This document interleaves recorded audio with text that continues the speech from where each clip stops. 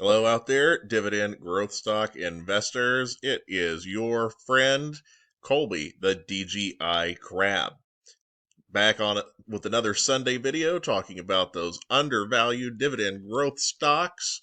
Going into the week here, it is Sunday, April 27th. It is time to sit down for a little bit, make yourself a plan for what it is that you want to do with your investment dollars for the upcoming week. We've got lots of quality choices here that you could add income to your portfolio for the purposes of reaching financial freedom. I'm really excited to get in here and get started.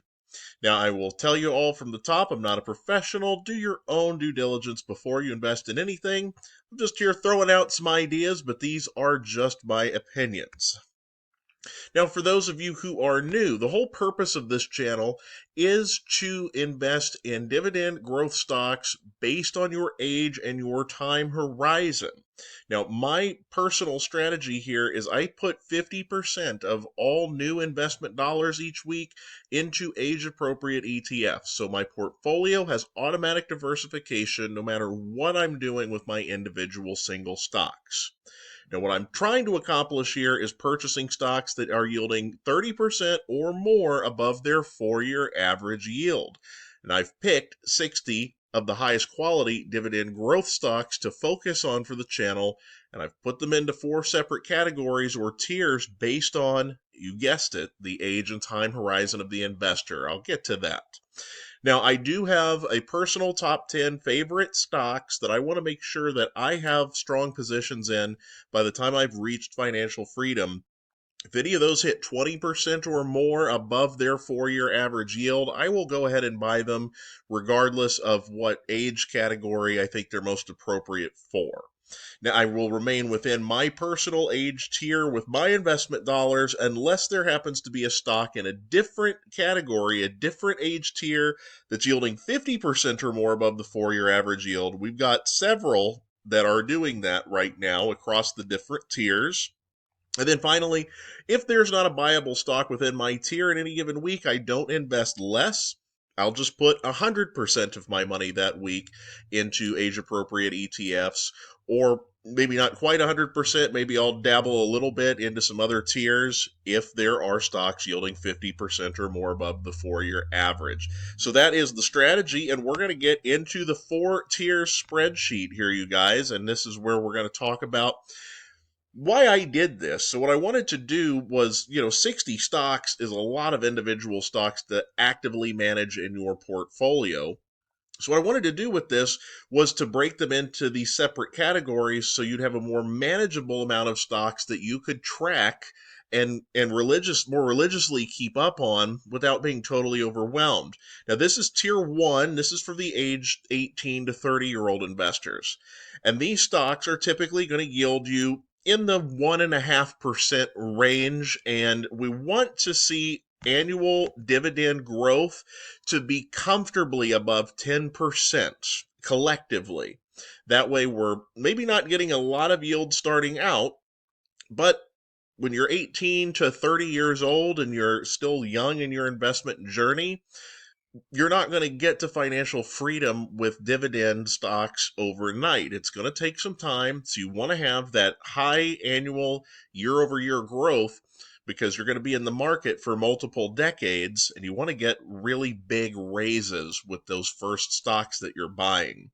Now, in this category here, and in all categories, I sort them by the valuation metric where I'm just comparing the 4-year average yield to the current day yield. And if we've got stocks in the green, they have hit that 30% or more above the average yield, and they are buy targets or buy zones for me at that point in time. Now, if I'm 18 to 30 years old right now, I'm very excited because obviously Nike's been a stock that's been down for a very long time. The 4-year average yield continues to climb. When I started this channel last year, the 4-year average yield on Nike was 1.04%. And they've been down for quite a while now, so that 4-year average yield, which I update every single week, has climbed all the way up to 1.27%. Yielding currently 2.78%. I still believe the Nike dividend is safe. And typically I'm getting stocks around 1.5%, give or take, in this particular category. I have a stock within my young investor category that's yielding me more than 275. This is a nice amount of income to add, and I think that over the long haul, Nike will continue to give good, solid dividend increases like they've historically done for 20 plus years. Nordson yielding 1.66%. They have more than 60 consecutive years of increasing their dividend, and they increase it at a very high rate. Usually you're getting a 1% yield. You can beat that handily, getting a 1.66% yield. Loving Nordson down here below $200 a share. And then United Health is the story of this group for this particular week. It has fallen all the way down to $418 per share, hitting 52-week lows. Their yield has climbed above 2% ever so slightly. This is a wonderful stock to buy almost regardless of your age tier. Maybe if you're up into your 50s or your 60s and you're still trying to add enough income to be able to comfortably live on, 2% starting yield may not be enough for you. But gosh, if you're under 50 years old, United Health looks like a can't miss right now. I'd be thrilled to add it at any age, just about.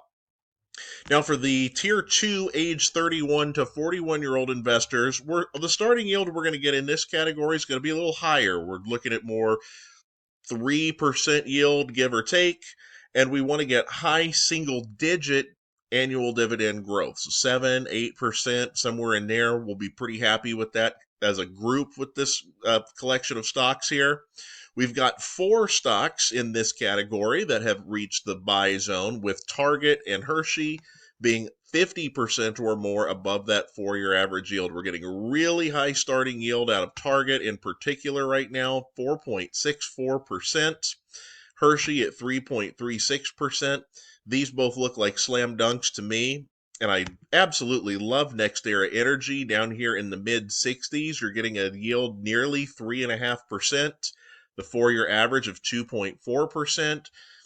All 3 of these, you're going to be able to get a lot of dividend income here in your 30s, early 40s, that you can feel very confident is going to grow at a really strong and stable pace year over year over year as you're working your way toward financial freedom.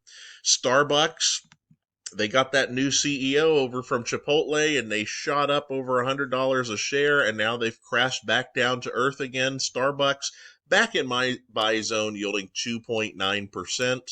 I think that that's definitely pretty solid. Happy to add Starbucks at the current price. Tier 3, age 42 to 53-year-old investors, where we're looking more for 3.5-4% starting yield in most cases. And we're still getting good solid dividend growth out of this group, but probably more in the 5-6% range on most of them. And we've got 5 that are in the buy zone right now, and a 6th that I will point out here in a moment. So Archer Daniels Midland yielding 4.23%. Archer Daniels Midland yielding more than 4% is just astonishing to me. Happy to continue adding Archer Daniels Midland. Pepsi, one of my personal top 10 favorite dividend growth stocks, is way down and very much in my buy zone. You can get Pepsi yielding above 4%. Unbelievable value. I am thrilled to be adding Pepsi at these prices. I don't believe they're going to stay down here in the dumps in the long term at all, and I firmly believe they'll continue to increase their dividend very consistently year over year over year like they have done for decades now. Hormel has dipped back down below $30 a share. Certainly one that still looks like a comfortable buying opportunity to me. Their 4-year average yield just 2.76%. They've been down for a while, but the 4-year average yield is not even close to approaching 3% just yet. You can get them yielding almost 4% right now. I'm liking that. Consumer staples getting hit hard in a tariff-heavy, uncertain environment, I guess, which is also affecting Genuine Parts Company. Auto parts manufacturer, Dividend King, yielding 3.5%, 4-year average more like 2.5%. You're getting a full percent higher yield on just about all of these here. Great buying opportunities. And T. Rowe Price, they've just been down for such a long time. There was a point where T. Rowe Price was trading for above $200 a share, and admittedly, at that point in time, it was remarkably overpriced. But they have slowed down on their dividend increases. They're still doing them. They're just pretty small, but that yield has climbed way up, 5.74%. You can buy a lot of income right now with your money with T. Rowe Price if you are a believer that they'll eventually recover. I think that they will. T. Rowe Price doesn't laden themselves down with debt. They're going to have enough cash flow to continue to grow that dividend. And then Johnson & Johnson, another one of my top 10 favorite dividend growth stocks, has hit the buy zone for them in particular. They just did a dividend increase this month of around 5% or so. Very consistent and with what they typically do. 20% off the 4-year average yield, 2.8% is what that is. You can get them yielding 3.36%. Super duper safe is all I can say about Johnson & Johnson. They are a steady Eddie dividend growth stock. Very easy to sleep well at night with the large Johnson & Johnson position in your portfolio. And this looks like as fine a time as any to add Johnson & Johnson. I don't wait for it to get super cheap. It's just such a quality stock. Now, for Tier 4, our 54 and older crowd, if you're still working toward financial freedom with your dividends, you're going to want to get good, strong starting yield, 5% or better, hopefully a lot better. You don't want to completely dismiss dividend growth because when you get to the point where you're not reinvesting your dividends anymore, you still want to get some raises year over year. So if we can get around 3% out of these cumulatively year over year, that's not too bad. Not anything in this category jumps out as an obvious buying opportunity right now. Realty Income certainly is a solid play, yielding 5.66%, but not one I'm going to go rushing out to acquire. I'll continue to add to my ETFs in this particular category. And if you're not familiar with my top 10 favorite stocks, I do have a separate video on the channel where I go over this particular group, but I do just kind of track them here on a separate tab. They're all stocks that are contained somewhere between tiers 1 through 3. Pepsi and J&J are two that I love to purchase right now at these prices, and Union Pacific is getting very close, but not quite there just yet.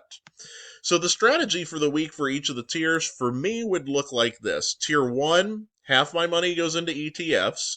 So for the younger crowd, get a strong S&P 500 position, 25% of the new money's going into that, 15% into a small cap value ETF, and 5% into VIG, which is going to give you lower yield but really high dividend growth rate year over year. And VYMI at 5% is my only international investment. I do 5% VYMI across the board. Tier 2, same 4, different allocation, 25% into the dividend appreciation, 15 S&P 500, 5% small cap. Tier 3, SCHD, VYM, DHS. I love all three of these dividend-focused ETFs, so that's how I would allocate in Tier 3. Tier 4, SPYD for the stock exposure, and alternative investments like high-yield bonds, preferred shares, MLPs, covered call ETFs round out the group. And then this is how I would allocate my money for each of the tiers in the single stocks. Tier 1, I'm hitting Nike, Nordson, and UNH in my own tier at 10% each. And I'm grabbing Pepsi, Target, Hershey, ADM in the other tiers. Tier 2, Target, Hershey, NextEra, Starbucks within my own tier. Pepsi, ADM, Nike, Nordson, UNH in the other tiers. I'm getting the 50% or more undervalued stocks in the other tiers, but focusing most of my attention on the stuff that's undervalued in my own tier. Hopefully this is making sense to you. Email me, dgicrab@yahoo.com, if you have any questions about my personal strategy. Tier 3, Pepsi, ADM, Hormel, GPC, T. Rowe Price in my own tier, and I'll dip down and get Target, Hershey, and Nike still in the other tiers. And then for Tier 4, I'm going to do a 5% allocation into Pepsi this week. I double down on all the ETFs in Tier 4 because there's not a buyable stock in that category for me, and I just don't double down on the international. I keep that at 5%. Leaves me with 5% left over, and I'm picking Pepsi on that one this week. What are you guys buying? Let me know in the comments, and I'll see you next time.